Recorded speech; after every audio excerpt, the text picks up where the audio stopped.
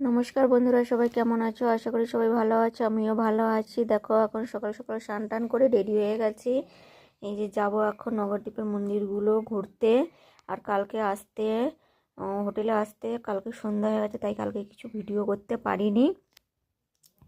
সেই জন্যে দেখো এখন সকাল সকাল স্নান টান করে রেডি হয়ে দেখো এই যে মা আর তোজো আর বড় ছেলে চলে গেছে রেডি হয়ে, আর ভাগনা ফাঁকে দাঁড়িয়ে আছে। আর আমরা যে রেডি হচ্ছে, আমার বর দেখো রেডি হয়ে গেছে।